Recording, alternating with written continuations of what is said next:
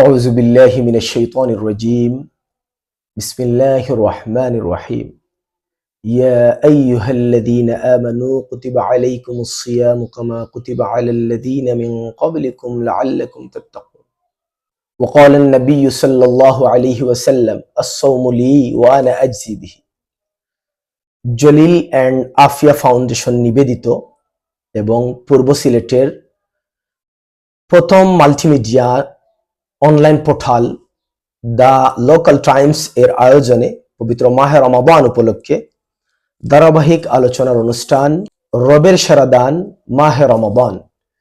আজকের চতুর্থ রমজানে আমি আব্দুল কাদির আছি আপনাদের সাথে। সুপ্রিয় দর্শক শ্রোতা মণ্ডলী, আজকে আমরা রমাদানুল মুবারকের চতুর্থ দিনে পদার্পণ করেছি। রহমত বরকত মাগফিরাতের মাস হচ্ছে রমাদান। আমরা আমাদের রমাদানকে একটি প্রোডাক্টিভ এবং সুন্দর সুশৃঙ্খল রমাদান হিসাবে তৈরি করতে আমাদের কিছু করণীয় এবং বর্জনীয় রয়েছে। সম্মানিত দর্শক শ্রোতা মণ্ডলী, আজকে আমরা মাহে রমাদান উপলক্ষে মাহে রমাদানের 60টি করণীয় সম্পর্কে আলোচনা করব ইনশাআল্লাহ। সুপ্রিয় দর্শক শ্রোতা মণ্ডলী, পবিত্র রমাদান হচ্ছে কোরআন নাজিলের মাস। এজন্য আমরা আমাদের রমাদানকে যেন কোরআনময় করে গড়ে তুলতে পারি। আমরা আমাদের রমাদান যেন হয় একটি কোরআনময় রমাদান। একটি কোরআনময় রমাদান কিভাবে আমরা গড়ে তুলব? একটি কোরআনময় রমাদান গড়ে তুলব আমরা পবিত্র কোরআনকে। এই কোরআন হচ্ছে ওই কোরআন যা শাহরু রমাদান আল্লাযী উনজিলা ফীহিল কোরআন। আল্লাহ সুবহানাহু ওয়া তাআলা বলছেন রমাদান হচ্ছে ওই মাস যে মাসে পবিত্র কোরআন নাজিল করা হয়েছে।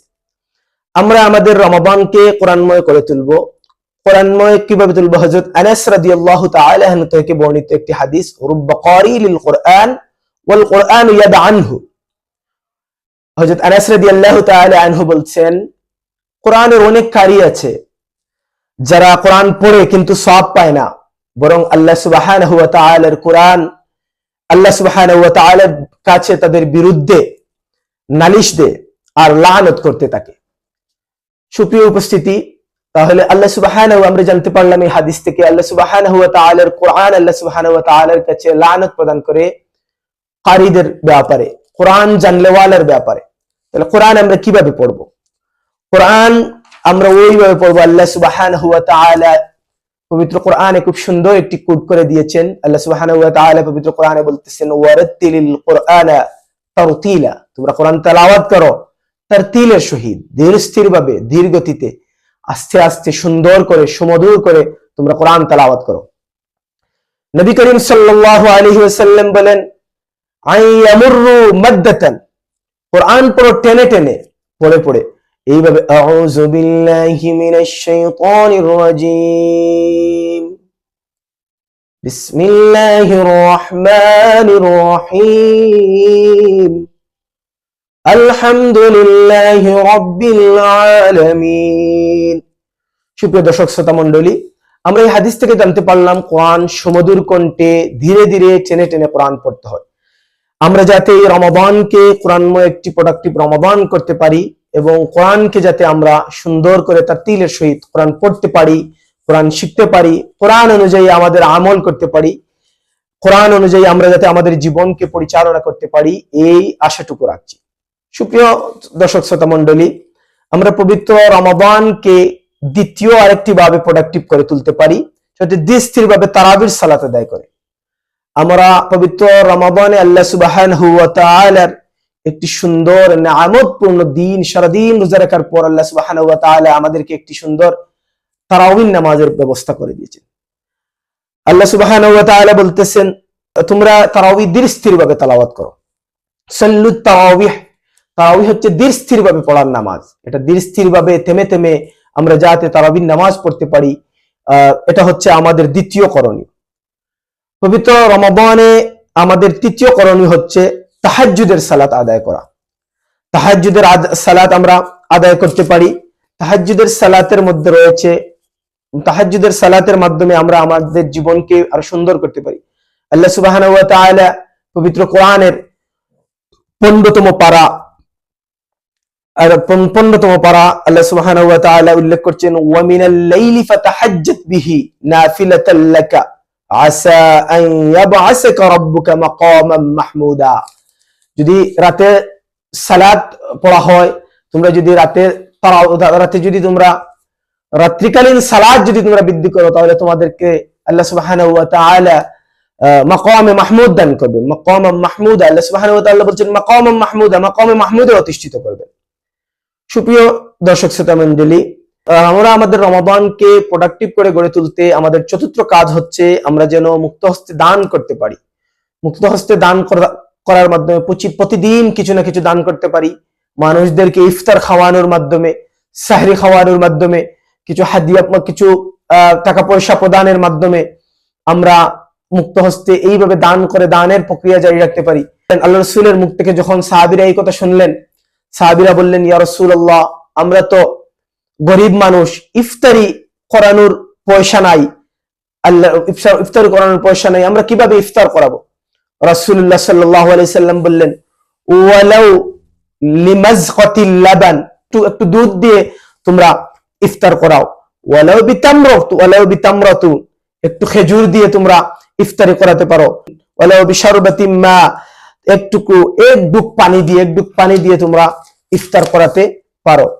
সুপ্রিয় দর্শক শ্রোতা মণ্ডলী, আমরা রমাদানকে প্রোডাক্টিভ করতে এবং রমাদানকে আমাদের পঞ্চম করণীয় হচ্ছে রমাদানে কদর তালাশ করা। এই রমাদানুল মুবারক হচ্ছে এমন একটি মাস, যেই মাসে আল্লাহ সুবহানাহু ওয়া তাআলা শুধু কোরআন নাজিল করেন নাই, শুধু রহমত দিয়ে এই মাসকে সাজান নাই, শুধু নাজাত দিয়ে এই মাসকে সাজান নাই, শুধু মাগফিরাত দিয়ে সাজান নাই। আল্লাহ সুবহানাহু ওয়া তাআলা এই রমজানকে একটি রাত্রি দিয়ে সাজিয়েছেন।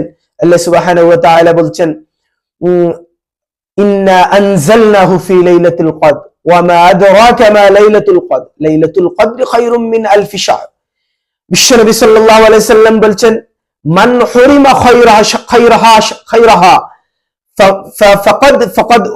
ফাকাদ হুরুম, যে কদর মিস করলো সে সব মিস করলো, সে লুজার হয়ে গেল। এজন্য সুপ্রিয় দর্শক শ্রোতা মণ্ডলী, আমরা যাতে রমাদানুল মুবারকে কদর যাতে আমাদের মিস না হয়। কদর হচ্ছে এই রাত্রি, যেই রাত্রিতে এক রাত্রির ইবাদতে হাজার বছরের চাইতেও, হাজার মাসের চাইতে উত্তম, হাজার মাস ইবাদত করে যে পরিমাণ সওয়াব অর্জন করা যায়, আল্লাহ সুবহানাহু ওয়া তাআলার নৈকট্য লাভ করা যায়, এই একটি রাতের মাধ্যমে আল্লাহ সুবহানাহু ওয়া তাআলার নৈকট্য লাভ অর্জন করা যায়। এই রাত হচ্ছে আল্লাহ রাসূল সাল্লাল্লাহু আলাইহি ওয়াসাল্লাম বলছেন, আল্লাহ রাসূল সাল্লাল্লাহু আলাইহি ওয়াসাল্লাম তার সাহাবীদেরকে বলছেন, তোমরা রমাদানের শেষ দশকে একটি রাত তালাশ করো, যে রাত হচ্ছে লাইলাতুল কদর। এই রাতকে আমরা শুধু 27 তারিখে নির্ধারণ না করে শেষ দশকের 21 রমাদান, 23 রমাদান, 25 রমাদান, 27 রমাদান, 29 রমাদান আমরা যাতে এই রাতকে তালাশ করতে পারি, এই রমাদানকে যেন আমরা হেলায় ফেলায় না কাটিয়ে দেই, এই জন্য আমরা যাতে আমাদের জীবনকে আরো প্রোডাক্টিভ করতে পারি এই রাত্রি হাসিলের মাধ্যমে, এই রাত্রিকে অর্জনের মাধ্যমে।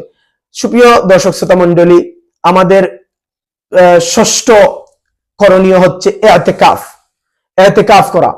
ইতিকাফ হচ্ছে এমন একটি কাজ আল্লাহ রাসূল সাল্লাল্লাহু আলাইহি ওয়াসাল্লামের জীবনীতে পাওয়া যায়।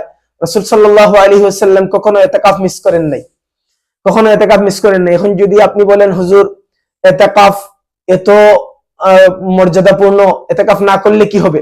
যে ইবাদতটা, যে কাজটি আল্লাহ রাসূল মুহাম্মদুর রাসূলুল্লাহ সাল্লাল্লাহু আলাইহি সাল্লাম জীবন দশায় একটি বারও মিস করেন নাই, একটি বারও বাদ দেন নাই, এই কাজটা আপনি করতেছেন না। আপনি নিজে চিন্তা করবেন, আপনি কি করতেছেন, এটা বাদ দিলে কি হবে? সুপ্রিয় দর্শক শ্রোতা মণ্ডলী, আমরা সপ্তম একটি কাজ পবিত্র রমাদানে করতে পারি, সেটা হচ্ছে আমাদের শিশু এবং নারীদের ব্যাপারে আমরা বিশেষ খেয়াল রাখা। আমরা আমাদের শিশুদেরকে বিশেষ করে, যেহেতু এই আলোচনাটি অনলাইনে যাবে, আমাদের মা বোনেরা শুনবেন, আমাদের ভাইয়েরা শুনবেন, আপনার সন্তানকে রমজানুল মুবারকের রোজা রাখার ব্যাপারে আপনি উদ্বুদ্ধ করুন। আপনার সন্তান একদিন 2 দিন না খেলে আপনার সন্তান মারা যাবে না, আপনার সন্তানের কোনো ক্ষতি হবে না।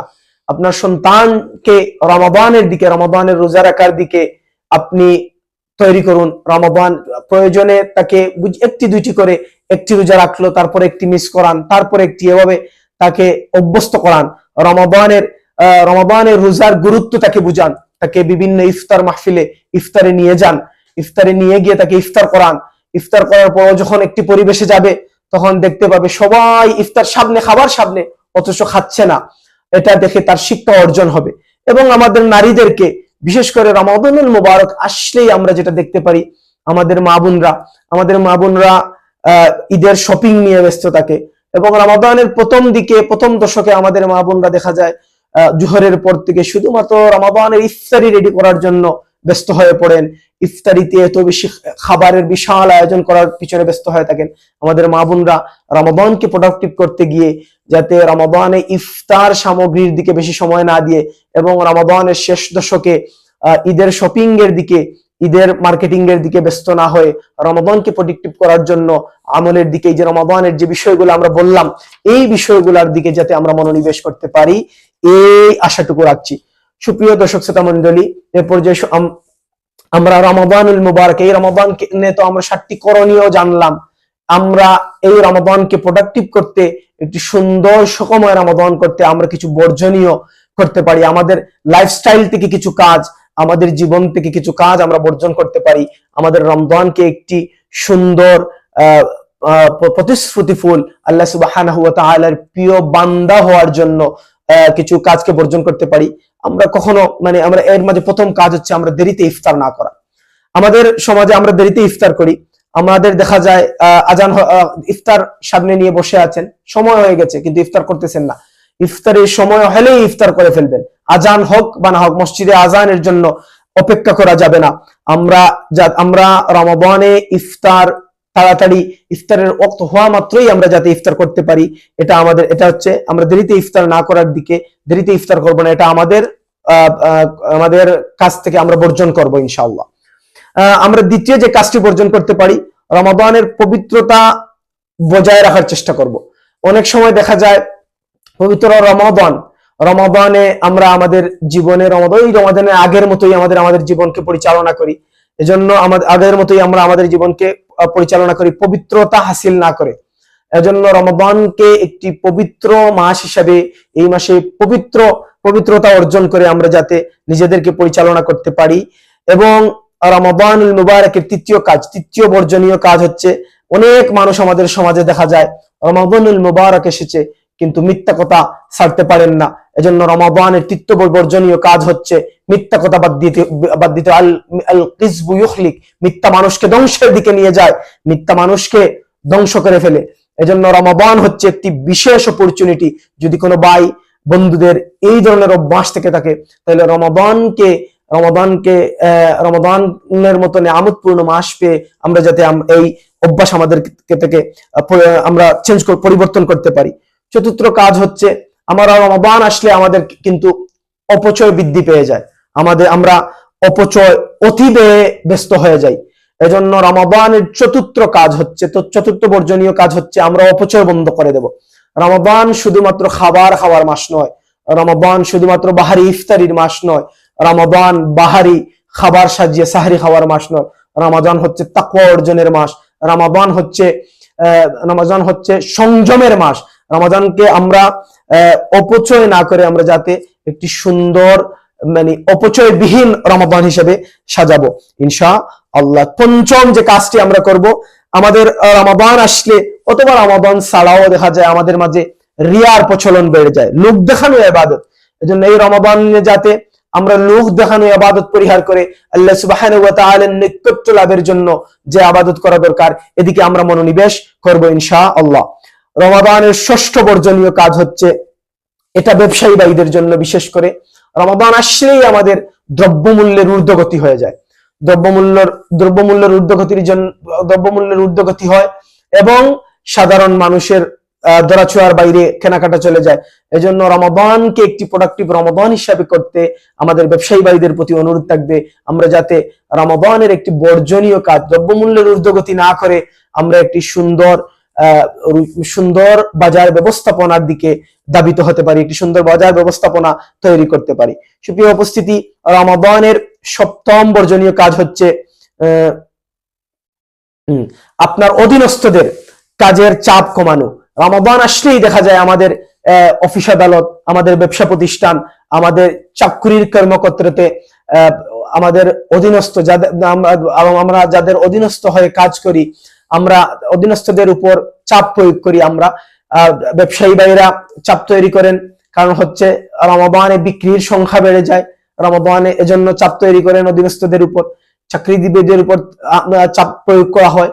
এবং আমাদের ব্যবসায়িক ভাইদের বিশেষ করে লক্ষ্য করা যায়, আমাদের আমাদের শপিং মহল গুলায় সারা রাত পর্যন্ত নামাজ বাদ দিয়ে, ইফতার বাদ দিয়ে, সাহারি বাদ দিয়ে আমাদের মানে যারা কাজ করেন এই কর্মচারী ভাইয়েরা কাজ করতেই থাকেন।